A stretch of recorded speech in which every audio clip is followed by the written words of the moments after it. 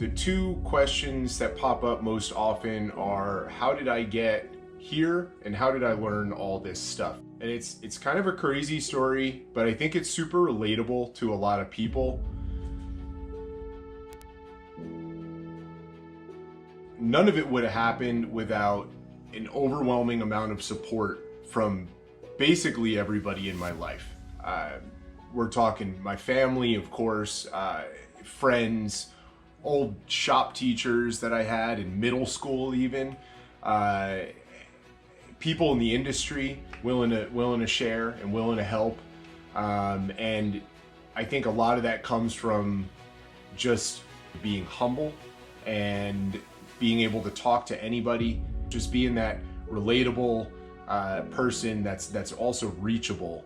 I think that goes a really long way, and I think that's developed my relationships in a way where I've gotten, sponsors and things like that to kind of help move this whole thing forward.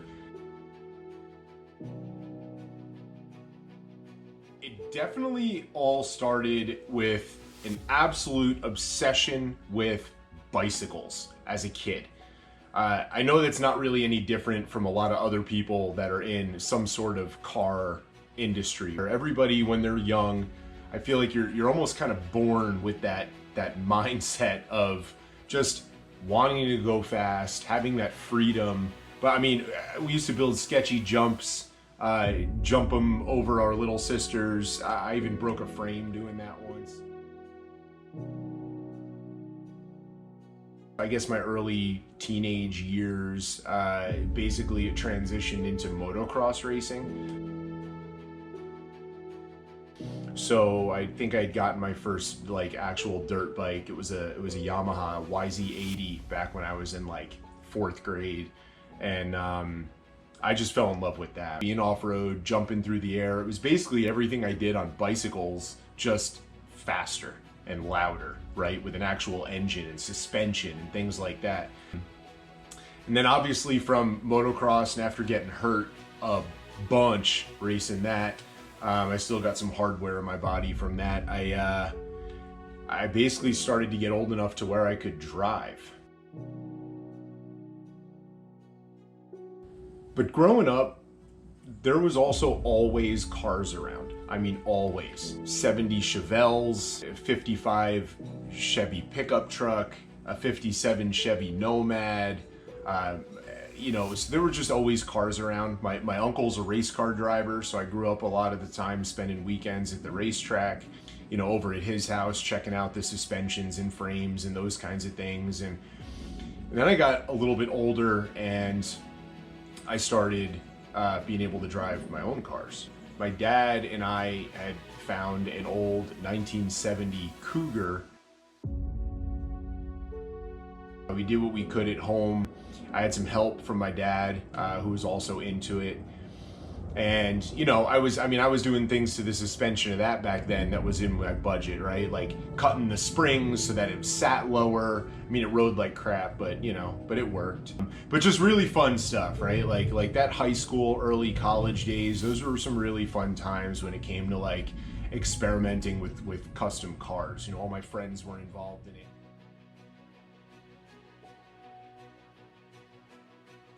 Basically was able to just learn a bunch, spending time with family at shops, working and doing that kind of stuff, learning how to weld, all that stuff basically started to guide me in a path toward wanting to do something automotive related with the rest of my life.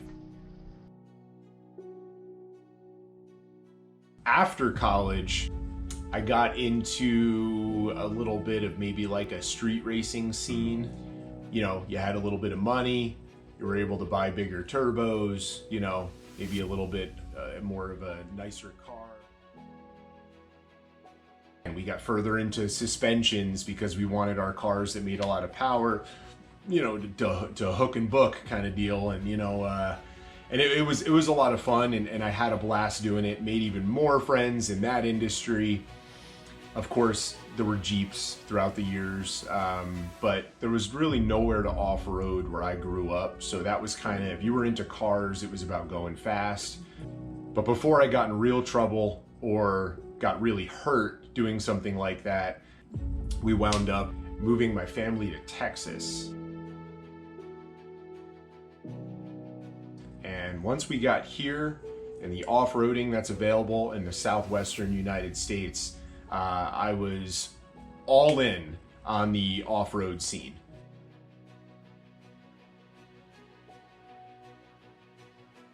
The big problem in the off-road scene is that I really didn't know anybody until I met Greg Mulkey of Raceline.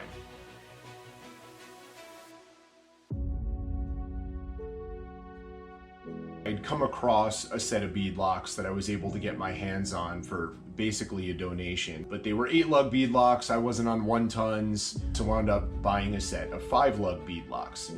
And I emailed Raceline and Greg at the time. I mean, I wasn't on social media at all. I mean, I didn't even have an Instagram page.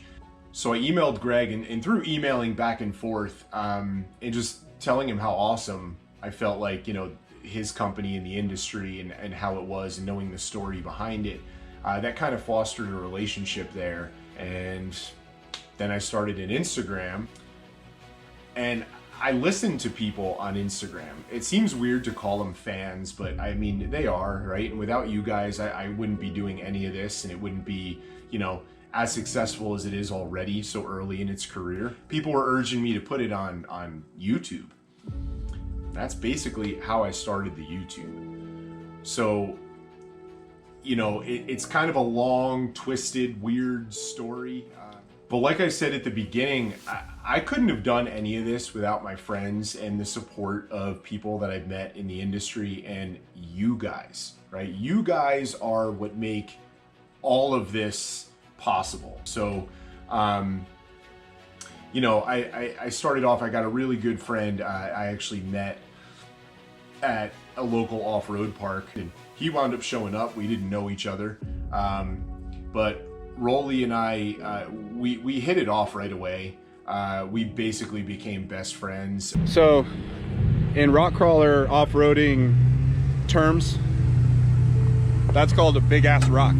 And to the point where, you know, I started working on his Jeeps, showing him how to weld, things like that. And so far we've done a TJ, stretched it 10 inches, triangulated 4-link in the rear, 3-link in the front. Now it's on 1 tons. It was on JK axles. Then did another silver JK, built a set of 1 tons for it, and put a crazy flexi leaf spring suspension on it. I built my JKU War Paint.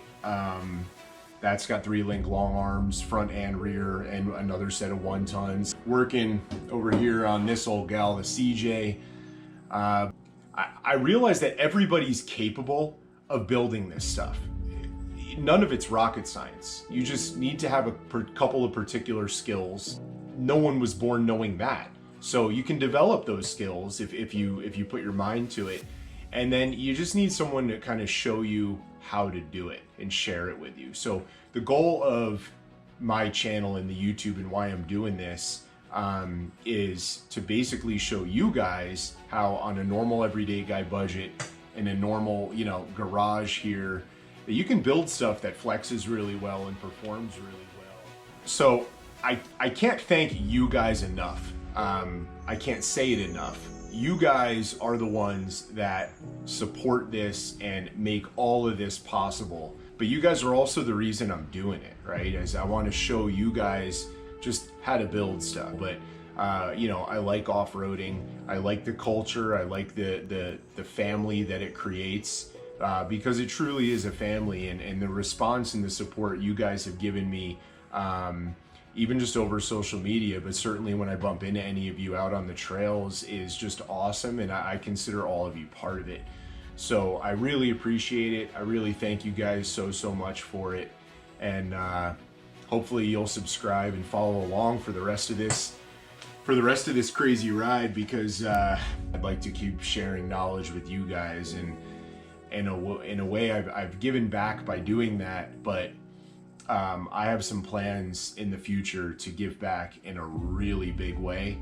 So hopefully, like I said, hopefully you guys will subscribe and check it out, but I just can't thank you guys enough.